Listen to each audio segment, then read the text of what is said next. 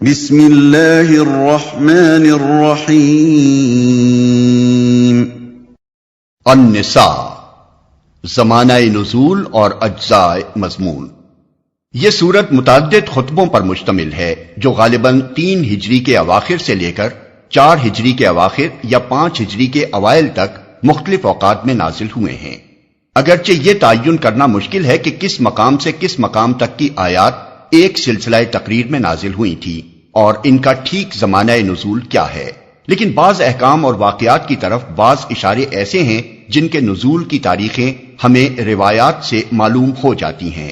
اس لیے ان کی مدد سے ہم ان مختلف تقریروں کی ایک سرسری سی حد بندی کر سکتے ہیں جن میں یہ احکام اور یہ اشارے واقع ہوئے ہیں۔ مثلا ہمیں معلوم ہے کہ وراثت کی تقسیم اور یتیموں کے حقوق کے متعلق ہدایات جنگ احد کے بعد نازل ہوئی تھیں، جبکہ مسلمانوں کے 70 آدمی شہید ہو گئے تھے، اور مدینے کی چھوٹی سی بستی میں اس حادثے کی وجہ سے بہت سے گھروں میں یہ سوال پیدا ہو گیا تھا کہ شہداء کی میراث کس طرح تقسیم کی جائے اور جو یتیم بچے انہوں نے چھوڑے ہیں ان کے مفاد کا تحفظ کیسے ہو۔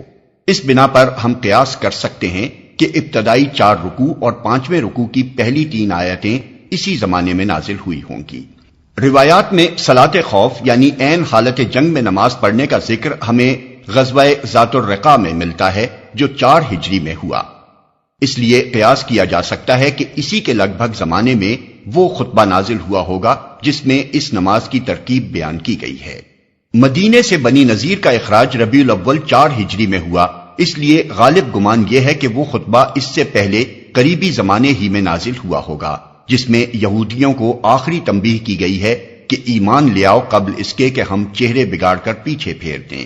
پانی نہ ملنے کی وجہ سے تیمم کی اجازت غزوہ بنی المصطلق کے موقع پر دی گئی تھی جو 5 ہجری میں ہوا، اس لیے وہ خطبہ جس میں تیمم کا ذکر ہے اسی سے متصل عہد کا سمجھنا چاہیے۔ شان نزول اور مباحث۔ اس طرح بحیثیت مجموعی سورہ کا زمانہ نزول معلوم ہو جانے کے بعد ہمیں اس زمانے کی تاریخ پر ایک نظر ڈال لینی چاہیے تاکہ سورہ کے مضامین سمجھنے میں اس سے مدد لی جا سکے۔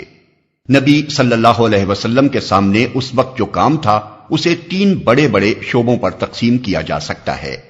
ایک اس نئی منظم اسلامی سوسائٹی کا نشو و نما جس کی بنا ہجرت کے ساتھ ہی مدینہ طیبہ اور اس کے اطراف و جوانب میں پڑ چکی تھی، اور جس میں جاہلیت کے پرانے طریقوں کو مٹا کر اخلاق، تمدن، معاشرت، معیشت اور تدبیر مملکت کے نئے اصول رائج کیے جا رہے تھے۔ دوسرے اس کشمکش کا مقابلہ جو مشرکین عرب، یہودی قبائل اور منافقین کی مخالف اصلاح طاقتوں کے ساتھ پوری شدت سے جاری تھی۔ تیسرے اسلام کی دعوت کو ان مزاحم طاقتوں کے علی الرغم پھیلانا اور مزید دلوں اور دماغوں کو مسخر کرنا۔ اللہ تعالیٰ کی جانب سے اس موقع پر جتنے خطبے نازل کیے گئے وہ سب انہی 3 شعبوں سے متعلق ہیں۔ اسلامی سوسائٹی کی تنظیم کے لیے سورہ بقرہ میں جو ہدایات دی گئی تھیں، اب یہ سوسائٹی ان سے زائد ہدایات کی طالب تھی، اس لیے سورہ نساء کے ان خطبوں میں زیادہ تفصیل کے ساتھ بتایا گیا کہ مسلمان اپنی اجتماعی زندگی کو اسلام کے طریق پر کس طرح درست کریں۔ خاندان کی تنظیم کے اصول بتائے گئے، نکاح پر پابندیاں عائد کی گئیں، معاشرت میں عورت اور مرد کے تعلقات کی حد بندی کی گئی، یتیموں کے حقوق معین کیے گئے، وراثت کی تقسیم کا ضابطہ مقرر کیا گیا، معاشی معاملات کی درستی کے متعلق ہدایات دی گئیں، خانگی جھگڑوں کی اصلاح کا طریقہ سکھایا گیا، تعزیری قانون کی بنا ڈالی گئی، شراب نوشی پر پابندی عائد کی گئی، طہارت و پاکیزگی کے احکام دیے گئے۔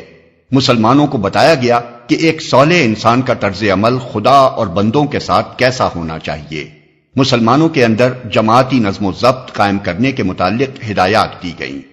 اہل کتاب کے اخلاقی و مذہبی رویے پر تبصرہ کر کے مسلمانوں کو متنبہ کیا گیا کہ اپنی ان پیشرو امتوں کے نقش قدم پر چلنے سے پرہیز کریں۔ منافقین کے طرز عمل پر تنقید کر کے سچی ایمانداری کے مقتضیات واضح کیے گئے اور ایمان و نفاق کے امتیازی اوصاف کو بالکل نمایاں کر کے رکھ دیا گیا۔ مخالف اصلاح طاقتوں سے جو کشمکش برپا تھی اس نے جنگ احد کے بعد زیادہ نازک صورت اختیار کر لی تھی۔ احد کی شکست نے اطراف و نواح کے مشرک قبائل، یہودی ہمسایوں اور گھر کے منافقوں کی ہمتیں بہت بڑھا دی تھیں اور مسلمان ہر طرف سے خطرات میں گھر گئے تھے۔ ان حالات میں اللہ تعالیٰ نے ایک طرف پرجوش خطبوں کے ذریعے سے مسلمانوں کو مقابلے کے لیے ابھارا اور دوسری طرف جنگی حالات میں کام کرنے کے لیے انہیں مختلف ضروری ہدایات دی۔ مدینے میں منافق اور ضعیف الایمان لوگ ہر قسم کی خوفناک خبریں اڑا کر بدحواسی پھیلانے کی کوشش کر رہے تھے۔ حکم دیا گیا کہ ہر ایسی خبر ذمہ دار لوگوں تک پہنچائی جائے اور جب تک وہ کسی خبر کی تحقیق نہ کر لیں اس کی اشاعت کو روکا جائے۔ مسلمانوں کو بار بار غزوات اور سریوں میں جانا پڑتا تھا اور اکثر ایسے راستوں سے گزرنا ہوتا تھا جہاں پانی فراہم نہ ہو سکتا تھا۔ اجازت دی گئی کہ پانی نہ ملے تو غسل اور وضو دونوں کی بجائے تیمم کر لیا جائے۔ نیز ایسے حالات میں نماز مختصر کرنے کی بھی اجازت دے دی گئی اور جہاں خطرہ سر پر ہو وہاں صلاۃ خوف ادا کرنے کا طریقہ بتایا گیا۔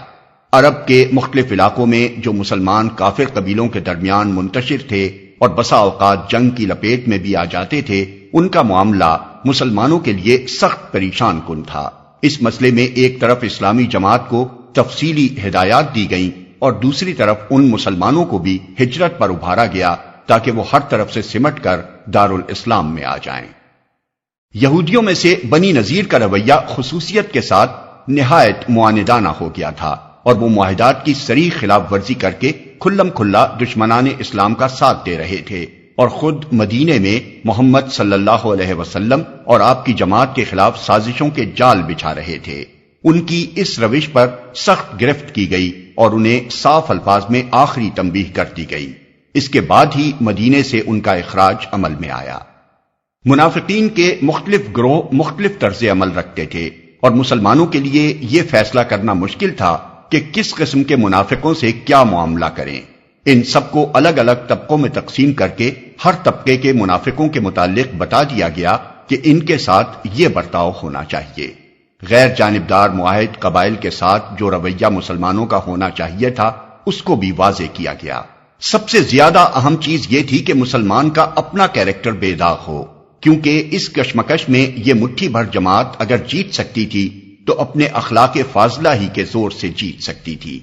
اس لیے مسلمانوں کو بلند ترین اخلاقیات کی تعلیم دی گئی اور جو کمزوری بھی ان کی جماعت میں ظاہر ہوئی اس پر سخت گرفت کی گئی۔ دعوت و تبلیغ کا پہلو بھی اس سورہ میں چھوٹنے نہیں پایا ہے۔ جاہلیت کے مقابلے میں اسلام جس اخلاقی اور تمدنی اصلاح کی طرف دنیا کو بلا رہا تھا اس کی توضیح کرنے کے علاوہ یہودیوں، عیسائیوں اور مشرکین تینوں گروہوں کے غلط مذہبی تصورات اور غلط اخلاق و اعمال پر اس سورہ میں تنقید کر کے ان کو دین حق کی طرف دعوت دی گئی ہے۔